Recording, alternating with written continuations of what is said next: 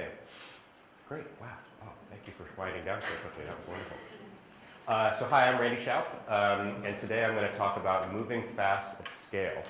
A lot of times we think about moving fast, and if you heard a keynote that was named this, you might think that it would be about continuous integration or continuous delivery, something like that. Those things are extremely important. But the thing about moving fast is not just the fast part, but it's also producing stuff that's actually valuable to customers. Does it make sense? It doesn't matter if we move fast, if we produce stuff that isn't interesting, or we don't actually ship, or we don't actually ship with high quality, or the stuff that we ship doesn't actually matter to the customers that we have.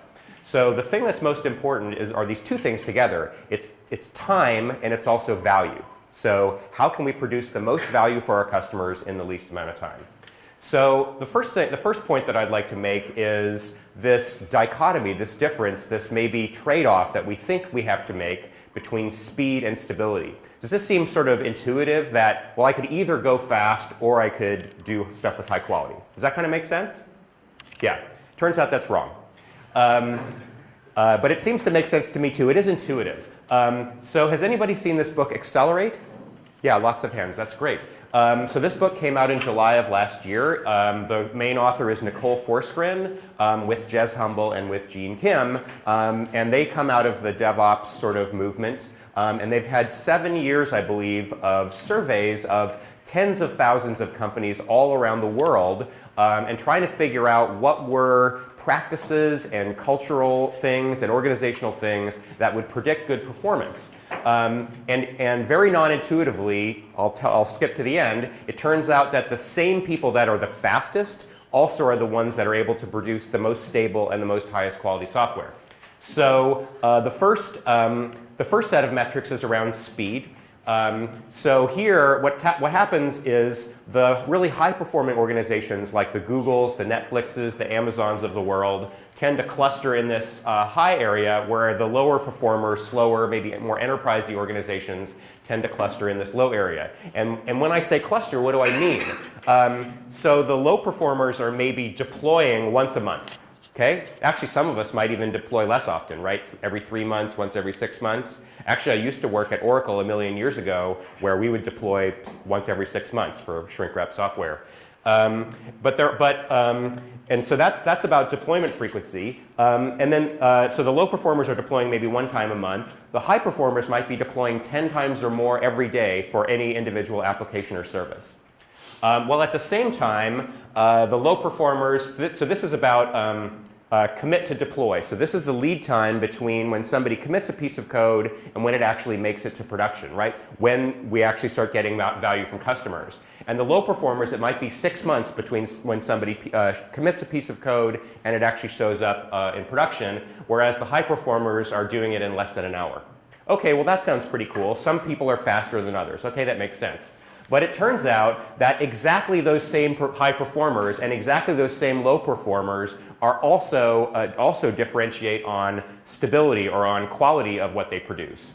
So on the y-axis here, it's the mean time to recover. So when we produce some kind of failure in production and we need to roll it back or we need to do a hot fix or something like that, the low performers might take longer than a day to do that, whereas the high performers are able to restore service in less than an hour. And at the same time, the change failure rate, so what's the, how often are we producing things that are problems in production?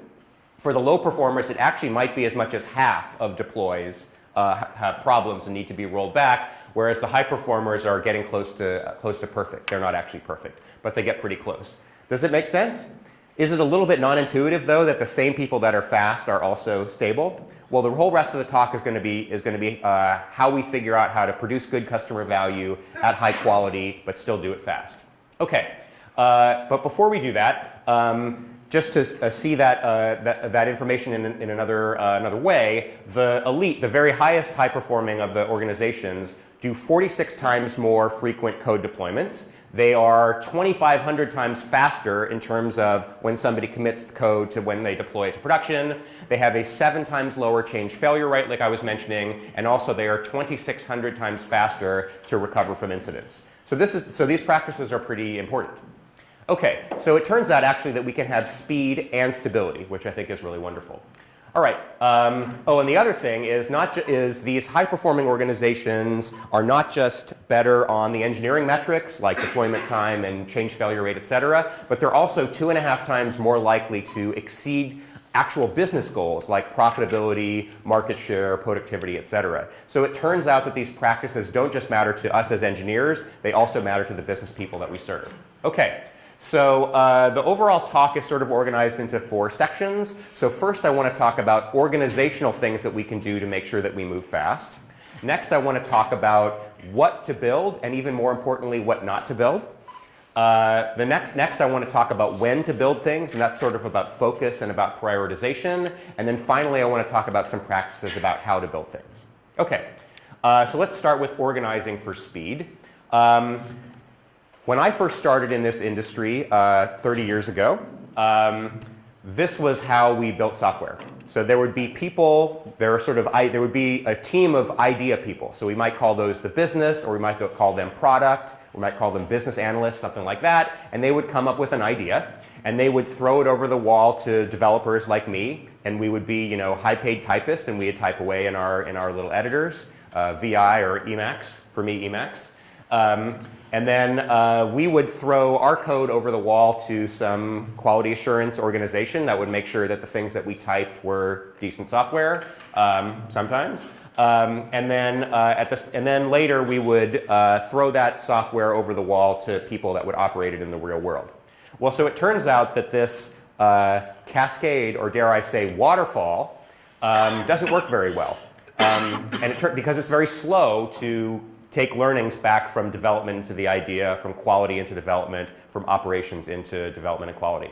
Yeah, so here's how we do things now, right? We do the term of art now is full stack teams. So rather than having all the ideas come from one place, handed off to developers, handed off to quality, et cetera, we try to put together into one team the ideas, the development, the quality, and the operations. So who works in organizations that are more like this? Wow, that's great. Okay, so I don't even need to convince you that this is better. So why do we do this? The why is those little feedback loops, right? It means that it's much faster for us to go from idea to development to quality to operations in the first step, but it also means that we can feed back information and learnings faster into those earlier parts of the cycle, and so we can move faster and faster and faster. So so this is how those high-performing one of the ways that these high-performing organizations are able to be fast and to be more stable. And so again, rather than having like one idea team, we have lots of different teams, all of which have ideas and development, et cetera. Okay, great. And how do we form these teams? So have people heard this idea, 2 pizza teams? Okay, good. I was like, you guys heard? That was a great party last night, by the way. Yeah, I know. I was there too. Cool. So 2 pizza teams. So the idea comes from Jeff Bezos at Amazon. The idea is that you should not form a team that's larger than can be fed by 2 large pizzas. I gave a very similar talk to this in Cuba. And I was explaining, actually in Spanish, and I was explaining to them equipos de dos pizzas, right? They were confused, not because they'd never heard of pizza, but because they have the Italian-style single-serving pizzas. So I had to stop and explain, no, pizzas americanas son grandes, and really large, and they were laughing at me, and it was good fun. Wonderful, wonderful people. But yeah, so 2 pizza teams, so maybe 5 or 6 people in those teams. Great. And why, again, do we keep the team slow? It's so we can move fast. The fewer people on the team, the easier the communication is within the team, and so the quicker that we can move and make forward progress. Cool. So the other thing that's important about these teams is that they be aligned to things that actually matter. So it's not like it's great that we would have a 2 pizza team, but if we have a 2 pizza database team and a separate 2 pizza, I don't know, infrastructure team and a separate 2 pizza, front-end team, that's not as good. Why do I say that? I say that because if I organize things in that way, every single project that we have to do goes through the front-end team and maybe the application team and the database team and the infrastructure team. Does it make sense what I'm saying? So the team structure is actually not even helping us in that way. The teams are small, they're great at communicating with each other, but we're crossing all the team boundaries every single time we have to do anything. So the better way, again, is the full stack team, but also the teams that aren't aligned around a skill set, aren't aligned around a technology, but are aligned around some part of the business. So we're aligned around a business problem. We have clear goals and metrics that actually matter to our customers. So maybe instead of dividing in that way, I work at WeWork, so we're a co-working company. And so there are teams that are responsible for aspects of finding new buildings. There are teams that are responsible for managing the construction projects on the buildings. There are teams that are responsible, like mine, for building the consumer software that people use to get access to the spaces. That's the way we do it. We align those teams directly to things that matter to customers rather than around particular skills or technologies or something like that. And then having a well-defined area of responsibility, just like if we were going to define a piece of software, right? So is it a good idea for us to build an application that does everything? Should we build an application that does everything? No. No. Great. Thank you. Excellent. Instead, it's best to have individual, we can call them components or services or something like that, that have well-defined areas of responsibility. And what's wonderful is that you can then align the teams to those things, right? So maybe this is actually true in my organization. My team builds a few applications and services, and then there are other teams aligned with other parts of the business that build other applications and other services. And so when we grow those teams, so we might start with one team, right? We might start with one of those two pizza teams doing the mobile applications or something like that. And what happens when we need to grow? So the way that we grow is through cellular mitosis. People are familiar with this term? Mitosis? And it's from, I would say, high school biology, but you might say, secondary school biology, something like that, certainly before university. And we learn in biology that that every living thing on Earth starts with one cell, and that divides into 2 cells, which then divide into 4 cells, which then divide into 8 cells, right? And that's the way that we grow those teams, not by differentiating by parts of the stack typically, but by dividing the overall business problem into like finer and finer grained responsibilities. Cool. Okay. And as an engineering leader, part of my job is actually to make sure that I draw the team boundaries in a healthy way, that I make it so there's a good amount of scope and a good amount of responsibility in each of those teams. And so my personal goal, I don't always achieve this, but my personal goal is it possible for me to organize the teams such that maybe 80%, maybe 70, 80% of the work is within the team boundary, and then the minority of work crosses the team boundaries. Does it make sense? Now, I can never get to 100%. Why? Because almost by definition, the big strategic things that we do in our company are going to cross all the team boundaries, right? They go across all the businesses. That's totally legitimate. There's nothing wrong with that. That doesn't mean that organizational structure is broken. But if I can get most of the tactical work done within the boundaries of the team, again, the teams are going to be more successful and are going to be able to perform better. Okay, cool. And then the other aspect is, how am I going to make sure that those teams are given the power to do what they need to do, but also held accountable for results? So the way I like to talk about it is autonomy and accountability.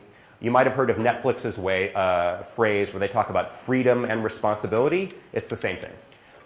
So the way I like to think about it is I like to give a team a goal rather than a solution. So I don't come and say, well, I need you to build this particular thing in MySQL and Postgres or something like that. But I say, here's the business problem that you need to solve, and I'll help you, but if you guys should come up with a solution yourself. And how do we know whether you're successful? We're going to measure with clear customer-oriented metrics. So I want to give the team autonomy. So within that team boundary, I want them to be able to choose how to run their workflows, how to do their work, how to do their deployments, for example, and maybe choose even their technology stack. Make those decisions within the team boundary, but hold them accountable for those results. So we've made all those choices within the team, but we want to make sure that the team is continuing to produce business value and is responsible for the results of those choices. Okay, Well, so we talked about the organization part. Now I want to talk about the, I don't think we think about this section enough, about what to build and what not to build, and you'll see what I mean. So if you take away nothing else from this talk, I'd ask you to please remember these 7 words. What problem are you trying to solve? This is an incredibly powerful question, which I'm going to spend a bunch of time picking apart and talking about with you. So have you ever had this experience? Who's had this experience where one of the idea people, business person or product person comes to you and says, could you just please add this button to the application? Yeah. Okay, let the record show that everybody's hand went up, basically. Yeah. Okay, cool. I have had this experience too, not once, but like hundreds of times. By the way, when I joined this industry, I had hair. So please add this button. And so my response, that was very, there was please in there, so it's very polite. So here's my response. Could you please tell us what problem you're trying to solve? So what I am not saying is, no, I'm not going to write the button, because that might be the right answer. But what I want us to get into the habit of is not being given a solution and just typing it. I wanted us to be given a problem that we collaborate around, and then I'm going to type it. Does that make sense? And this conversation between the Randy, please add this button, and the please tell me what problem you're trying to solve, this could be 5 minutes, 10 minutes, 20 minutes. This does not have to be hours and days of back and forth, typically. But just simply, okay, I understand that you think the solution to your problem is a button, but tell me what problem you're trying to solve. And if I understand that problem, we're going to be in a lot better shape, as I'm going to talk about for the next 10 minutes or so. So the first thing that this conversation is going to help us with is this, is it allows me and my team to bring some of the unique aspects of engineering to the conversation, the first of which is engineering discipline. So sometimes I think we as engineers undervalue our contributions to our companies and to society. But one of the key things that we bring that's almost unique to our industry is we bring an approach of disciplined problem solving.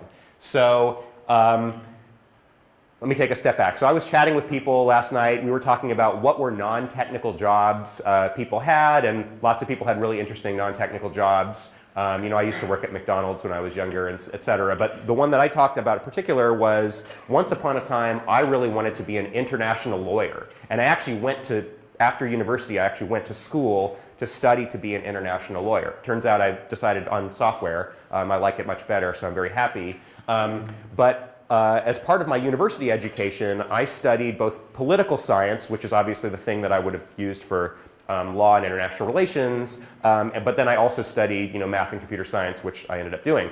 But the point is, in the political science thing, I learned a lot, but one thing I did not learn in that part of my education was disciplined problem solving. Does it make sense? Like, I learned an appreciation for history, I learned nuance, I learned a lot of really interesting things in that area, but what I did not learn is disciplined problem solving. So this is true of lots of people.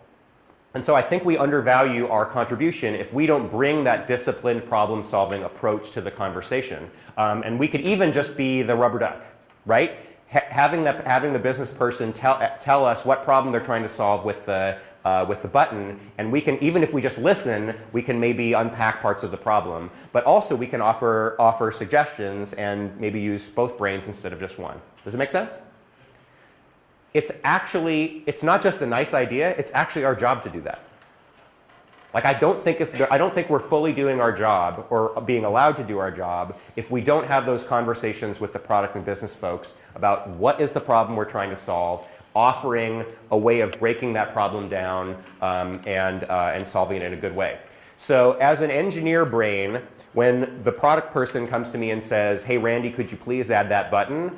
There's a part of my brain that says, oh, well, they must have done the same thing that I would do. Well, what would I have done? I would have thought deeply about the problem. I would have thought about all the different options I could take to solve the problem. I would have done a sort of set of trade-offs and implications for each of those things. And then I would have said, okay, well, of those 4 different ways I could solve the problem, clearly adding the button is the simplest and it's most flexible and it's going to be more reliable, blah, blah, blah. This is how I would have done the thought process, right? And sometimes, even knowing that this doesn't happen, sometimes I assume, oh, well, that other person has done that.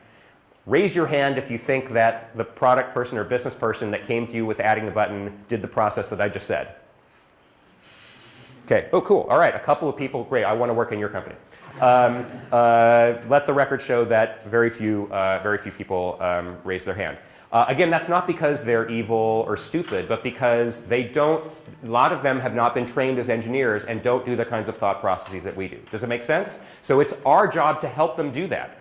That's our contribution. And again, it's not we're better, they're worse. It's not that. It's just we each bring a unique set of skills and a unique set of contributions, and that is our contribution. Like, okay, humor me. Help me understand the problem, and let's walk through what are the different things that we can do. Great. Okay. One of the reasons why we do this is a fallacy that's called the curse of knowledge. So the curse of knowledge is, I think you understand what I understand.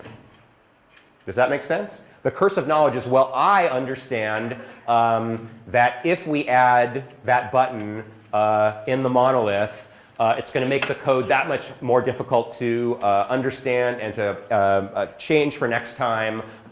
It's going to have all these other implications, blah, blah, blah. I understand that, and sometimes often the fallacy is I assume that the product or business person kind of also understands that. Does it make sense? So again, that's something that we have to fight. So we have to make sure that those things that are in our brain, where we understand a bunch of options and trade-offs and implications of the decision, that we make those explicit. Yeah? That we say, okay, well, here are the pros and cons of adding that button. Here are the pros and cons of doing it in some other way. And again, it's our job to help everybody that's part of the organizational process understand these trade-offs. Okay, cool. The other reason why we want to have this conversation is that, again, our job is about solving problems, but only sometimes do we solve those problems by writing code. I've had a ton of instances where, by going through this thought process with a business person or with a customer, that we figure out through that conversation that we actually don't need to change the application at all. It turns out there's another way to solve the problem. So I used to work for a clothing company called Stitch Fix in the United States, and one of the things that one of my teams did was build software for our warehouses. And so our customers were the people that worked in the warehouses. And there was a team that was responsible for making the warehouses efficient, and they were sort of our direct customers, and they acted like product managers, and they were wonderful, wonderful people. And so not just once, but many times, we would have a conversation about, hey, could you add this step to the application or this button or something like that? And I said, well, wait a minute, just describe to me the process that you're going through. Oh, well, the clothes come down the assembly line, and then they go in the box here, and then they get taped, and then they get packed, and I said, well, would it be possible to just do that step in a different order? And they're like, oh, wow, that would be much easier. Does it make sense? Like, there are, again, through that disciplined problem solving and that open conversation, we can come up with solutions that maybe don't involve writing technology at all. And so I don't define my team's success by how much code we write. In fact, I'd actually try to define my team's success by how little code we write.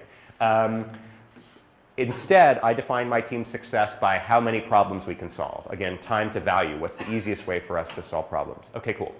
The other reason, yet another reason why we want to figure out what problem we're solving is because we want to make sure we're not building the wrong thing. So a wonderful other book, which was actually written in 2003, so 16 years ago, incredibly prescient, this book. It's called Lean Software Development by Mary and Tom Popendick. It is an incredibly prescient, forward-thinking book. 15 years ago, you would read this book and it's everything, all the things that they talk about are incredibly modern, lean, agile, DevOps type of approaches. They didn't have the word DevOps. And the only thing that looks dated about this book is actually the code examples when they talk about, you know, the mainframe software that they were working on, et cetera. But everything else is, everything else is incredibly modern. Anyway, they identify 7 wastes in software development, and the #1 waste is building the wrong thing. And so if you think about it, if we build the wrong, you know, there's lots of ways of being wasteful, right? Like we do something inefficiently and maybe, you know, we waste, I don't know, 25% of our time or 50% of our time or something like that. But if we build the wrong thing, we have almost by definition wasted 100% of our effort. Yeah? So we really want to have the conversation about the problem that we're solving up front. Okay, if I haven't convinced you so far, there's another reason, which is by clearly and deeply understanding the problem, we are very close to coming up with a solution, right? So this is Charles Kettering, who used to be the head of research at General Motors. He says, a problem well stated is a problem half solved. If you are familiar with modern mathematics, it turns out that mathematics is not so much about solving equations. Modern mathematics is more about how can I turn the problem around in a way that makes it easy for me to solve. So people are probably familiar with Fermat's last theorem. It went several hundred years before anybody was able to make a solution. Andrew Wiles, I think it was in 1989, finally was able to crack the code or crack the proof. And the way that he did it was 7 years of continuing to turn parts of the problem around in such a way that he could use modern mathematical techniques. And he used like every technique in the book to do it. But his solution was not like sitting down and like doing equations. It was twisting and turning and really deeply understanding the problem and making it more amenable to solution. Does that make sense? Yeah, and that's what we can do too. Cool. All right, so that's about the what to build. Now I want to talk about when to build things, and this is about focus and about prioritization. So, raise your hand if you have more time and resources than you need to do your job. Cool, wow. Actually, I was going to say I want to work at your company. I don't know, we'll talk about it later. That's interesting. Usually, let the record show that only one hand went up. Usually we have less time and fewer resources than we need to do what we need to do. And so as a consequence, we need to prioritize, right? So by definition, if we can't do everything, we have to make a decision about what we are going to do. And then even equally as important, what we're not going to do. So every decision that we make about we're going to work on this feature is an implicit decision that we're not going to work on these other features. Does it make sense what I'm saying? And the economic term for this, and people have probably heard of this, is opportunity cost. So every time I make a decision to do X, I am implicitly making a decision not to do Y, not to do Z, not to do, I don't know, A, B, C, and D. Does it make sense? Yeah. So it's important for us to think about, first it's important for us to recognize that we have to prioritize, and then it's important for us to do that prioritization in a really good way. So now I want to talk about how to do that in a good way. So I gave you 7 words to remember. What problem are you trying to solve? If you can hold 4 more words after that excellent party in your brain, then I would ask you to hold these 4 words: fewer things, more done. What do I mean by that?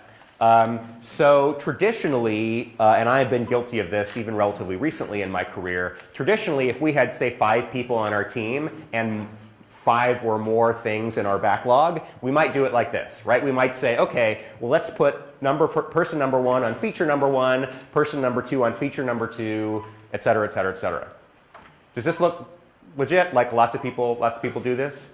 Yeah, turns out there's a lot of better ways. So let's imagine that feature 1 was the highest priority thing we're going to work on, and feature 5 was the 5th highest priority, right? 1, 2, 3, 4, 5. Okay, well, so how could we do better than this? Well, one way we could do better than this is if we did this, right? So assuming that it would benefit from having 2 people on for feature 1, we might be able to get it done in half the time. This is not always true, but if it is true, and feature 1 is the highest priority thing, we really should put 2 people on that one, get it done in half the time, and then have those people work on something else. Does this make sense? Yeah. So again, assuming that two people can help each other and be productive on that one feature. Let's have maybe 2 people work on feature 1, 2 people work on feature 2, and then somebody else works on feature 3. Okay, so this seems better. Why is this better? This is better because we are working on the highest priority things first.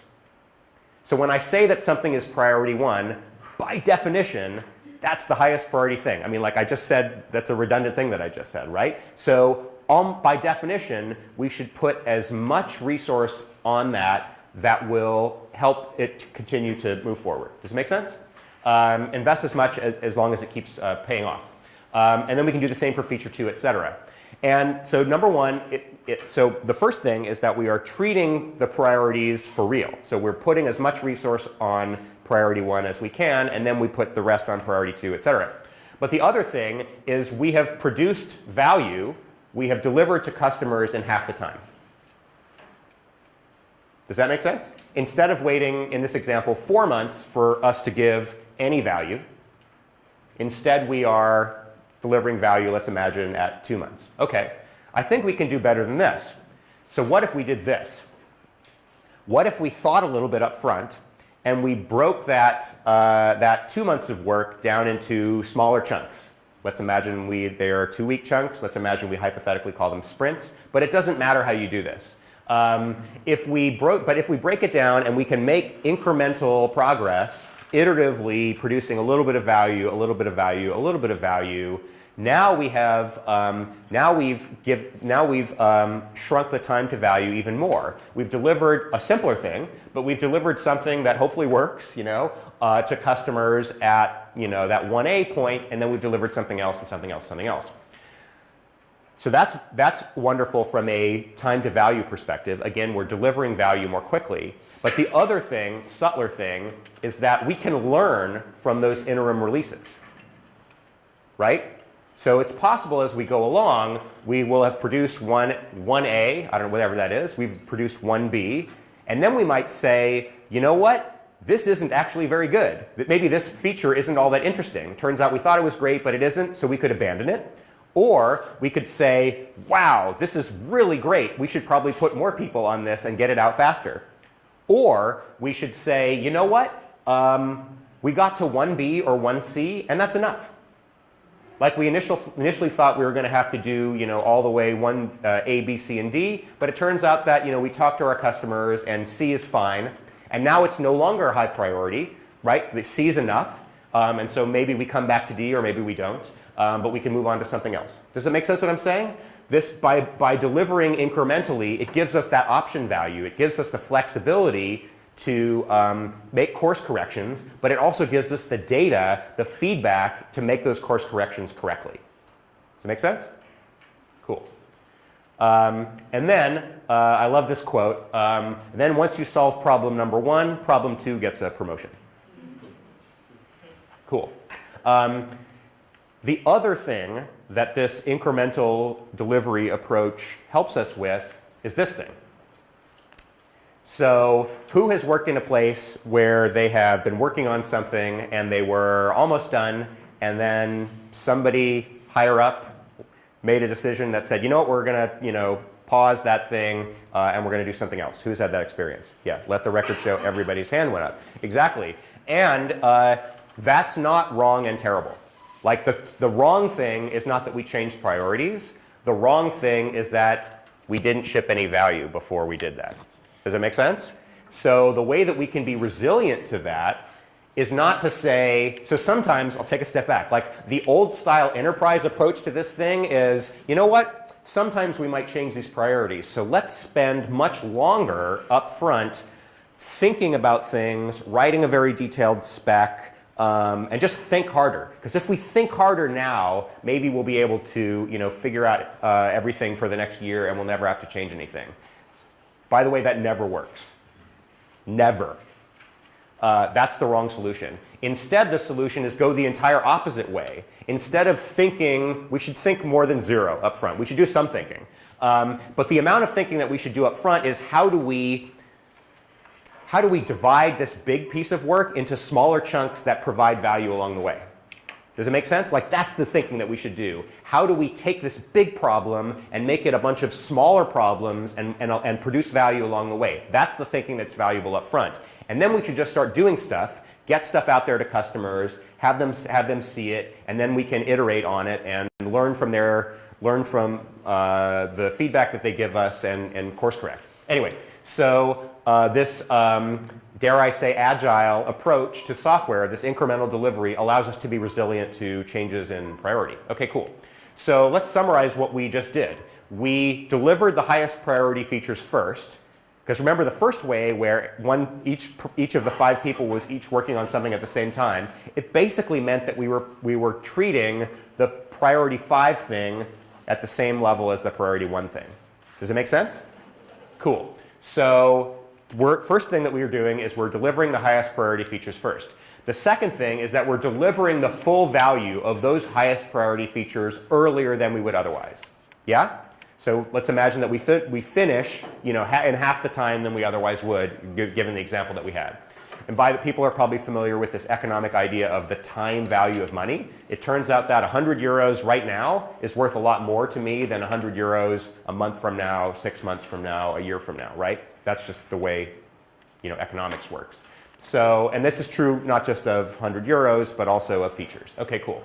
The other thing, when we added that incremental idea, is that we delivered value along the way. So we delivered increments along the way that delivered value, so the customers got something that they otherwise would not have gotten. But what did we get? We got the feedback, and we got the ability to adjust along the way. And also, I have also found that when you put 2 people together on one of those features, often they can help each other. Yeah?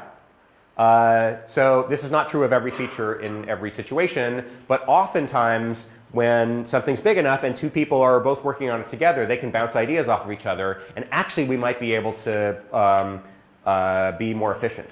So who has ever had the experience of, if you were an author, you would call it writer's block. Like, oh, I'm not sure how to take this story forward. But have people had this experience in code where you're not really sure what to do? Okay, let the record show that like 3/4 of the hands went up. So if you had somebody else that you trusted and you liked and was on your team, that you were working together, that other person might be able to unblock you, right? And even when we don't have that person, we can have that little rubber duck next to us on our workstation, and we can talk to that rubber duck. Okay, cool. I want to give 2 examples from things that I've done in the past that illustrate this. So I used to work at eBay for a long time, and when I worked at eBay, we built the search engine. And so people are probably familiar with what's called the ranking function. So if you go to Google, for example, the ranking function is what decides what thing goes in that first position and what thing goes in the second position, in the 10th position, in the 100th position, etc. The ranking function is that scoring that decides what the order of the results should be. Okay. And historically at eBay, that ranking function had been done very manually. So there was a very smart product manager who constructed this, weighted combination, this weighted linear combination of a few factors, 3 or 4 factors. But we thought we could do better. We thought that if we used machine learning, we could use hundreds of factors, maybe even thousands of factors. Okay, that was our hypothesis. Okay. So what we did is we went through this process of incremental experimentation. So we didn't like go in a hole for a year and build, and then release all at once.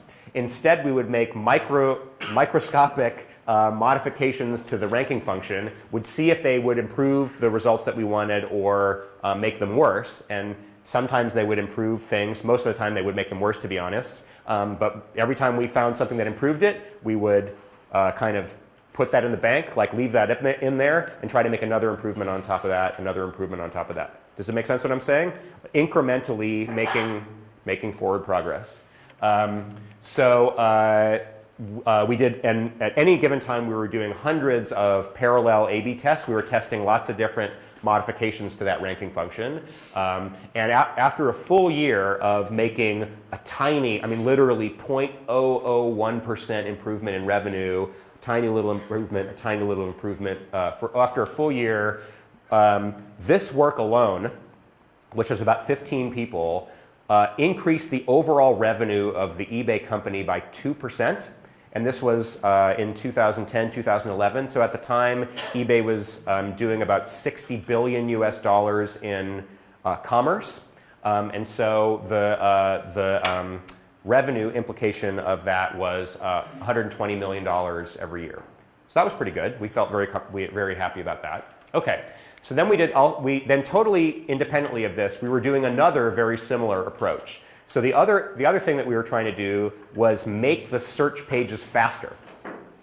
So it turned out, I wonder, maybe you guys have had this experience yourself, but what had happened over time at eBay was there was a lot of incentive to add new features, but there was never any incentive to remove them. And there wasn't, in early eBay, there wasn't a lot of metrics well, there weren't a lot of metrics to help us decide whether features were good or not. I can talk about that later. But the point is that the end result of that was we had produced these really big, heavy pages with years and years of features on them, and they were very slow. So our hypothesis, was that if we made that search page faster, if we made it slimmer, people would buy more.